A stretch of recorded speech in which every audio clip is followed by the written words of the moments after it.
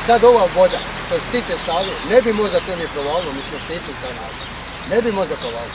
A zbog čega je provalilo? Provalilo je zbog toga što je Drinska voda je išla ispod Visoča, gdje čuvaru se ima na Savi.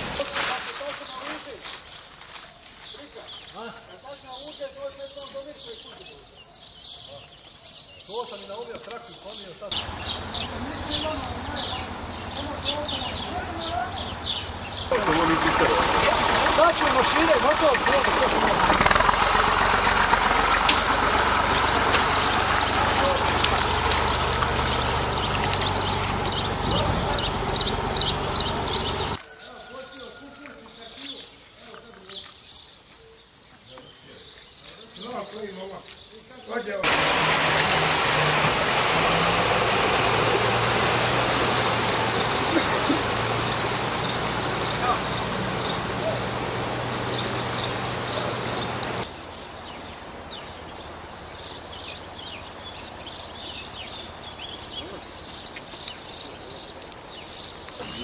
Ko ne ste u pušlju živ bio, da u pušlju... Sada živimo isključivo od lova.